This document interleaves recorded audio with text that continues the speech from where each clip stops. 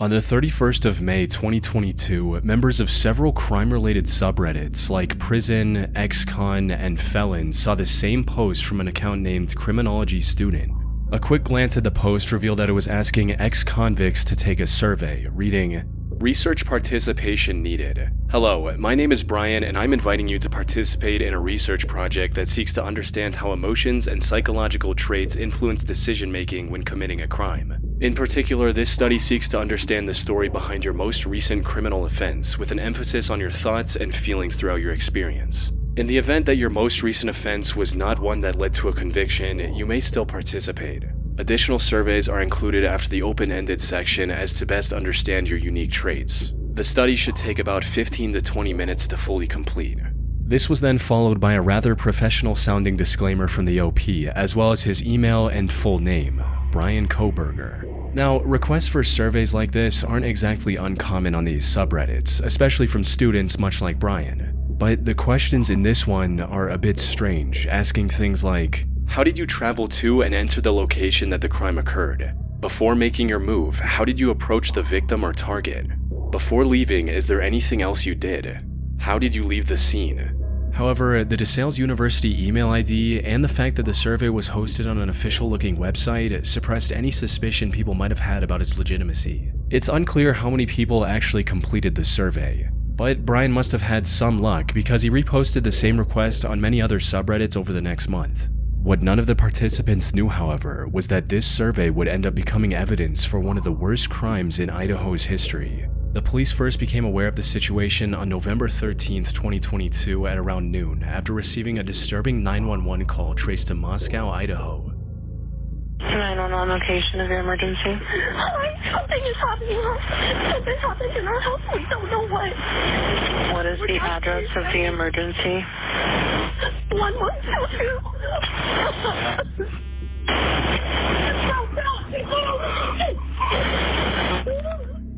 The caller was sobbing so hard she could barely explain what was happening. Then another girl grabbed the phone from her and told the dispatcher that her roommate was unconscious and not breathing. Officers rushed to the scene, expecting the worst outcome. However, nothing could have prepared them for the brutally gruesome scene they were about to walk into. The house, located on Kings Road, was the off-campus residence of several University of Idaho students. And upon arrival, the officers saw bloody remains of 4 of these students scattered throughout the house. All 4 of them had numerous lacerations and stab wounds, and had tragically already passed away by the time help arrived. According to later autopsy reports, the 4 were attacked by likely the same person at around 4 a.m. One of the surviving roommates, who later called 911, remembered seeing a masked stranger roaming around the house around that time. But she was too intoxicated to trust her own vision and passed out shortly after locking her bedroom door. Crime scene investigators arrived at the scene shortly after the police and began looking for clues. Unfortunately, the only thing they found in the house was the leather sheath of a knife under one of the victims. This finding would prove extremely important later, but at the time it did little to help investigators identify the killer. The DNA present on it, for example, wasn't in the FBI's database. Though what made the case even harder to solve was the complete lack of motive. Nothing was missing from the house, and there were no signs the perpetrator had done anything other than commit the murders. With no other option, investigators began analyzing CCTV footage from around the region. And that's when they discovered a white Hyundai Elantra speeding away from the area shortly after the estimated time of the crime. Further analysis revealed that the same car had been circling the victim's house hours before the incident. Tracking this vehicle led to 28-year-old Brian Christopher Koberger, the same Brian Koberger who had posted this survey on Reddit months earlier. He had a master's in criminal justice and was pursuing a PhD at Washington State University. That said, he had no real connections with the victims. His presence in the general vicinity of the incident wasn't strong enough evidence to issue an arrest warrant either. So the investigators looked deeper, and using his phone data confirmed that he'd visited the house many times in the past. He also turned his phone off for several hours around the same time as the incident, something he had never done in years. He likely thought that keeping his phone off would prevent law enforcement from tracking his location. But this sudden break-in pattern stood out even more, giving authorities the go-ahead to arrest Brian. However, tracking him down turned out to be far more difficult than investigators had anticipated. By the time they caught on to him, he was long gone from his university. And after a weeks-long manhunt, Brian was finally located and subsequently arrested on December 30, 2022. He was found hiding in his parents' home in Pennsylvania, over 2,500 miles away from the crime scene. DNA samples taken after the arrest also matched the sample found on the knife sheath perfectly, further confirming that Brian was the one investigators were looking for. And while he kept denying the allegations at first, he eventually confessed to everything in exchange for a plea deal to avoid the death penalty. He stood trial on July 23, 2025, and was sentenced to 4 consecutive life sentences without the possibility of parole. His conviction also put his Reddit survey requests in a much different light. Brian was trying to learn how other criminals carried out their crimes and the mistakes that got them caught so the same didn't happen to him. Though, one thing that's been completely missing from any of these findings is his motive. Why would a seemingly well-adjusted man on path to a doctorate degree commit such a heinous crime, especially when he didn't even know his victims beforehand? Well, the most popular theory states that his actions were the result of a deeply unwell man developing an irrational hatred for women. You see, Brian suffered from visual snow, a condition where the patient sees black and white flickering dots all around them. The constant noise can make life difficult and cause other psychological issues, something Brian himself was well aware of. As he wrote in a visual snow discussion forum, "I always feel as if I'm not there, completely depersonalized. Mentally, I experience fog, lack of comprehension at some times, feel like my life is a movie, depression, no interest in activities, constant thoughts of death, anxiety, poor self-image, poor social skills, no emotions. I feel like nothing has a point to it. When I get home, I am mean to my family. This started when Visual Snow did. I felt no emotion along with the depersonalization. I can say and do whatever I want with little remorse." His irrational hatred for women also manifested in his day-to-day life. It was the primary reason he was fired from his position as a teacher's assistant, and was even caught harassing women at a brewery a few months prior. Now, most analysis of Brian's reasoning end here. But from what I've seen, his motive might have been a lot deeper and involved his admiration of infamous serial killer Ted Bundy. Brian apparently did a lot of online research about Ted Bundy, both before and after committing the crime. Investigators also found a selfie Brian took with a smile on Mount Rainier, one of the remote locations Ted Bundy often visited to commit his crimes. According to an ex-detective and crime expert, maybe he wanted to pick up where Ted Bundy left off. Fortunately, his plan wasn't as foolproof as he'd expected, allowing the authorities to put him behind bars before he could hurt any more innocent people.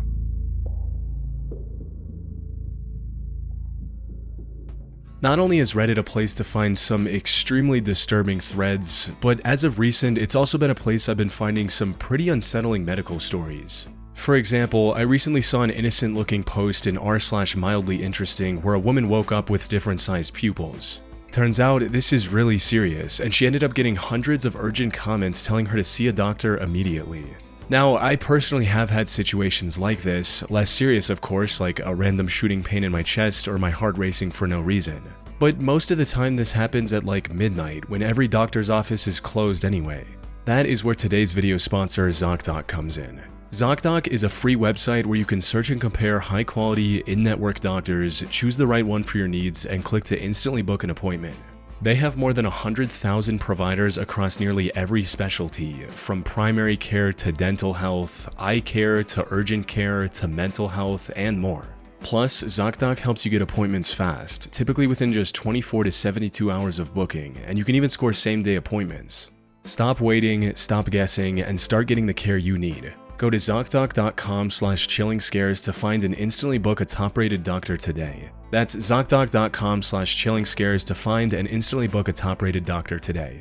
Thanks to ZocDoc for sponsoring today's video.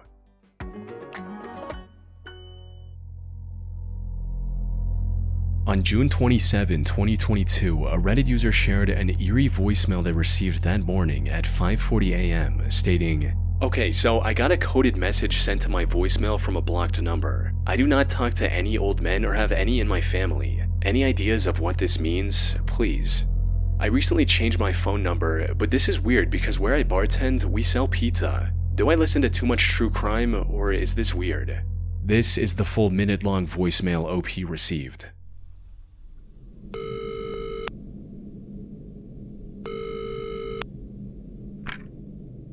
You should always judge pizza by the sauce, the dough, and the cheese, not by the toppings on it.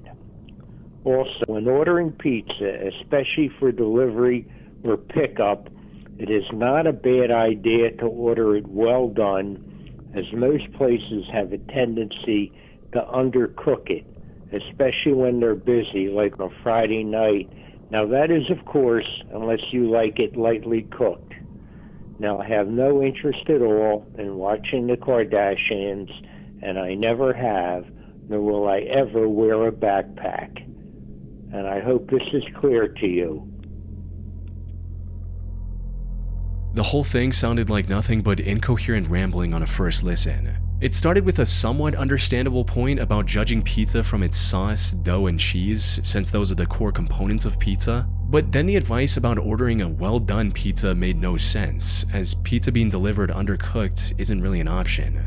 Though, the most bizarre sections of the voicemail came from after the pizza rant, where the topic suddenly jumped to watching the Kardashians and, even more strangely, wearing backpacks. How this all connected to each other was unclear. And even if it did make sense, what any of it had to do with the OP was an even bigger mystery. Not to mention the fact that this sender dialed *67 before sending the voicemail. This service allows users to hide their number for the very next call or voicemail. In other words, whoever sent this message wanted to stay anonymous. Now, one of the first working theories people on Reddit came up with was that the sender was more than likely suffering from dementia. One user even shared a personal anecdote on the matter to back this particular assessment, stating, "Sounds like someone with dementia. My grandpa would talk very much like this before he passed. At some points, he would even wake up in the middle of the night and have full-blown conversations with nobody."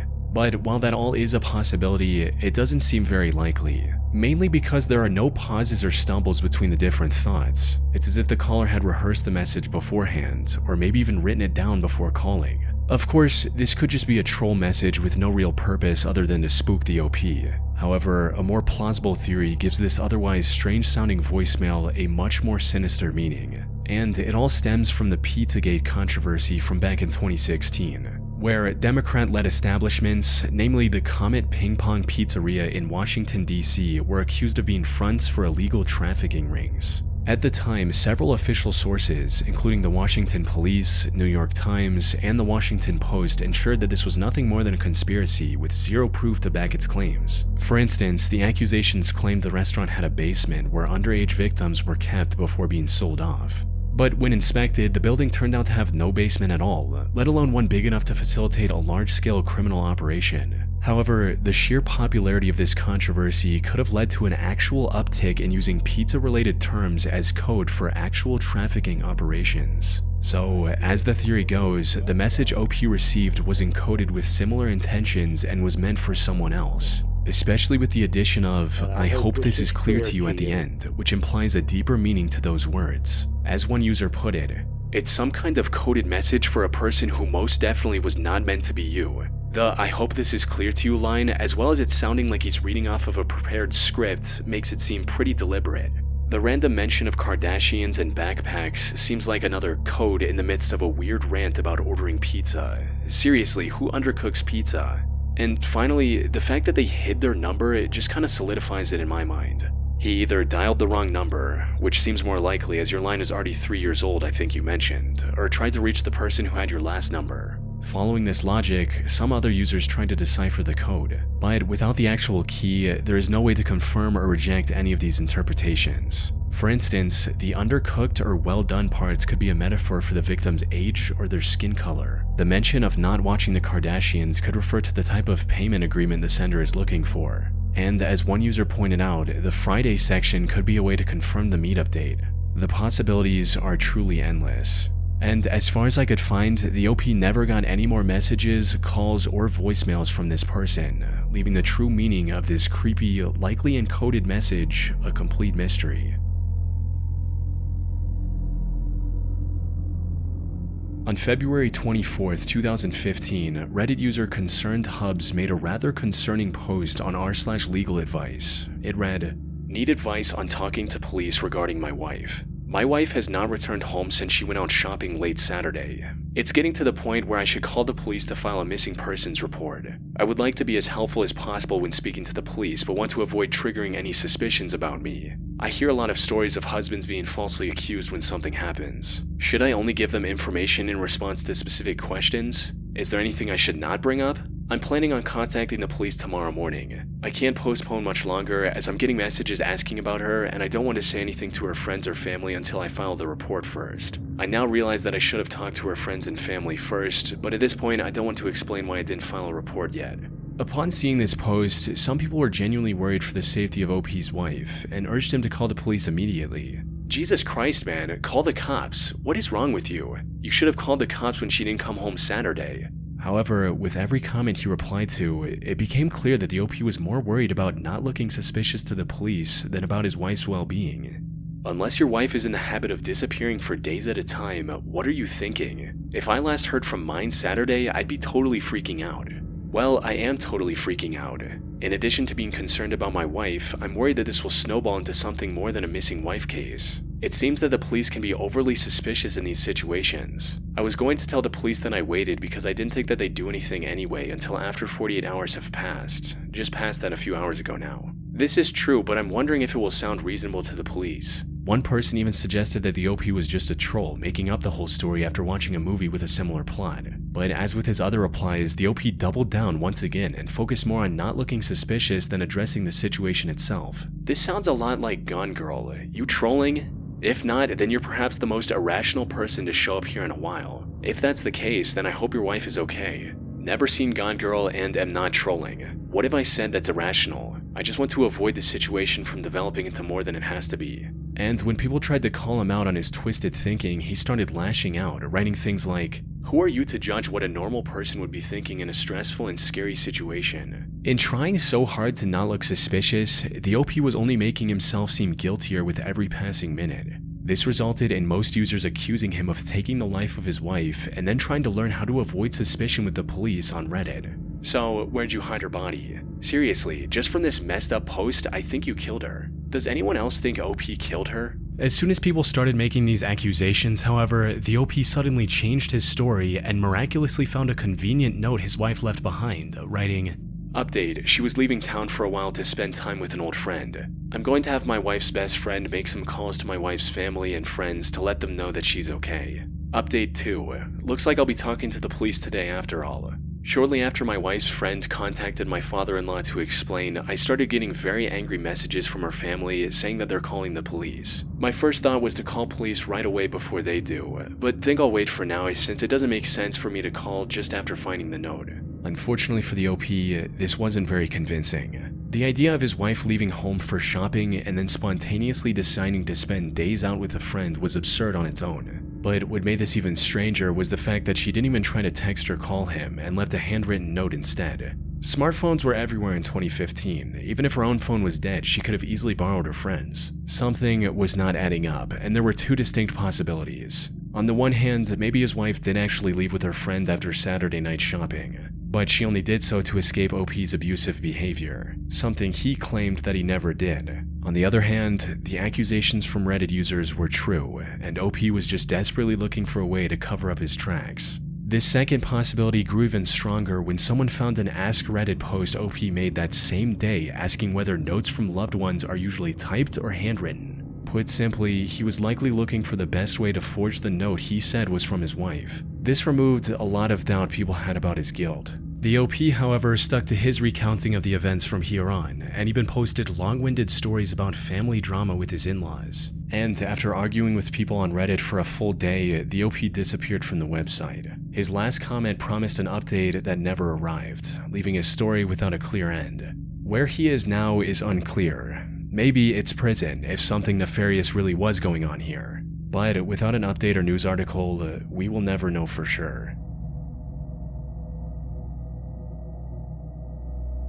On January 18th, 2014, a post on r/AskReddit asked users to share the scariest situations they'd been in, moments when they weren't even sure if they would make it out alive. This post reached the front page of Reddit and received thousands of replies with people sharing stories from their time in the military, experience with car accidents, and how they felt when faced with a cruel prank from a relative. However, most of these stories paled in comparison to the disturbing account user SwiftJustice25 shared about their encounter with a creepy man in a foreign country. The comment read, "This post is very long, but I couldn't tell the whole story very well without it being this long. When I was a missionary in Brazil, my companion and I were approached by a seemingly homeless man who greeted us in almost perfect English. Turns out he was an American who had been living in Brazil for about 30 years. His name was Bickford. He had to have been in his late 50s to 60s. It was hard to tell because of his big beard and very unkempt appearance. He feigns interest in what we were peddling and asks for a copy of the Book of Mormon, but is clearly more excited to be speaking English with two Americans. We meet up with him a few times to discuss religion, but he would always meet us at the side of the road or some other public but still secluded place. We had to give weekly reports to the ecclesiastical leaders for the local unit about who we were meeting and teaching. After meeting Bickford a few times, we bring him up in our weekly meeting. The bishop and his other leaders instantly know who we are talking about and caution us to stay away from this guy. Apparently, he's a bit unstable, and once or twice a year will start bothering the missionaries. My companion and I can't believe the bishop is referring to the same person, and we continue meeting with him. I don't know how to adequately describe the creepiness of this guy. Between his disheveled appearance, flat-out lying to us, and other small signs, he had a certain sinister vibe. But with nothing concrete to put our finger on, we continued to speak to him. Occasionally, he would run into us outside of the house we lived in. In one of these encounters, he invited them to his house in the jungle, all while talking about how nice and wonderful it was there. The OP and his partner reluctantly agreed and showed up at the road closest to the house. Bickford arrived a bit late and then told them to follow him into the jungle through waist-high foliage and insects. However, what they witnessed on the other side of the trail was beyond disturbing. As the OP described it, when we finally arrived at his house, my companion and I played it cool, but we couldn't believe what we were seeing. He had led us to a small clearing where there was a wooden cabin that had half collapsed on itself. He said welcome home and let us inside. There was no electricity, no running water, no utilities whatsoever. We walked in the front door frame, no door, and saw that all furniture in the house had been destroyed. Literally, someone had concentrated a large amount of effort and time to achieve this level of destruction. Chairs were unrecognizable, and there was trash everywhere. He begins showing us the main room inside the front door. That's when I noticed them. Notes, in chalk, on every square inch of the wooden walls, up the walls, on the ceiling, and a tiny frenzied scrawl. When I trained my light on the notes and started to read them, most of the notes were variations on, Jesus will forgive me but I have to stop. I did it again. These with the month and date written next to them. And then, the piece de resistance, the names of several children, with their ages and graphic detail about them. We tried so hard not to mention the notes. We tried so hard to ask him small talk questions about the rotting food on the stove or the 100 or so rats he kept in his basement.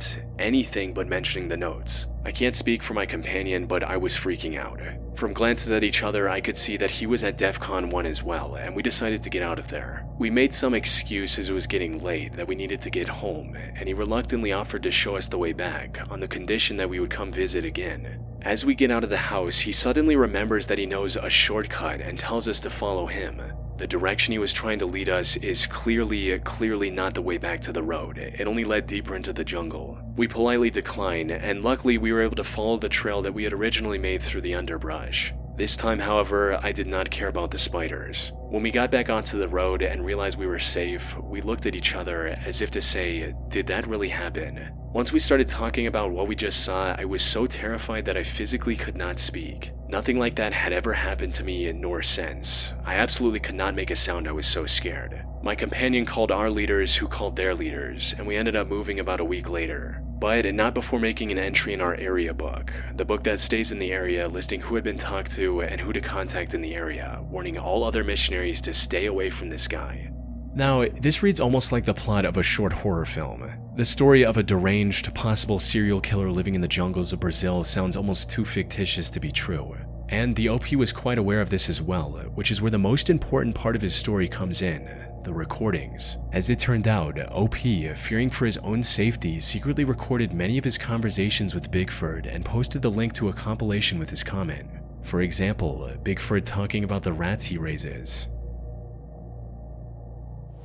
You know, when I call like this, they come back. Oh, here they are, the rats. Yes. 125. You can catch him and say hello. This is a female.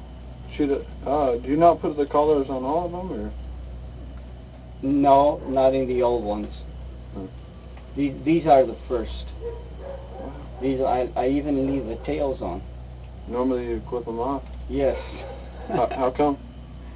I have a little sister, a pair of scissors. Also, the notes on the wall. Do you write yourself notes on the... Sometimes I do. It's neat. I have electronic schedule. How do you call it? Electronic agent. But now it's in some one there. I got it. I wrote on every wall. This compilation also included their last conversation with Bigfoot while trying to escape his house unharmed, and it played out exactly as the OP described. Well, we better get back to our house at night here. Okay. But it was nice to come out here to see where you live and everything. Let me return that little rat. Well, can you lead us back out? Yes, of course. But there's a shorter way to out. No, we can go out the same way that we came in. Same way is fine. Think so? Yeah. Simple pause. Please come this way. All this way to the gate is so wet. You're going to. It's okay, no. I'd actually prefer to go that way, because that way wasn't so bad. Oh. I know. Well, there's a short. You know, remember that street I told you? Mm-hmm. The street is closer here from this way. Let's go. And we can pass by the same place we were 2 minutes ago. But We can go back just the same way. That way we can learn it better for the next Yeah, time. that way we can learn it better for the next time. all right. Hearing this highlights the full extent of the danger OP and their partner were in. Who knows what cruel plans Bigfoot had for them if they had been gullible enough to follow him deeper into the woods. Fortunately, they managed to escape unharmed and lived to tell the story. Near the end of his comment, OP also mentioned that they did report Bigfoot to both the local and Brazilian federal police.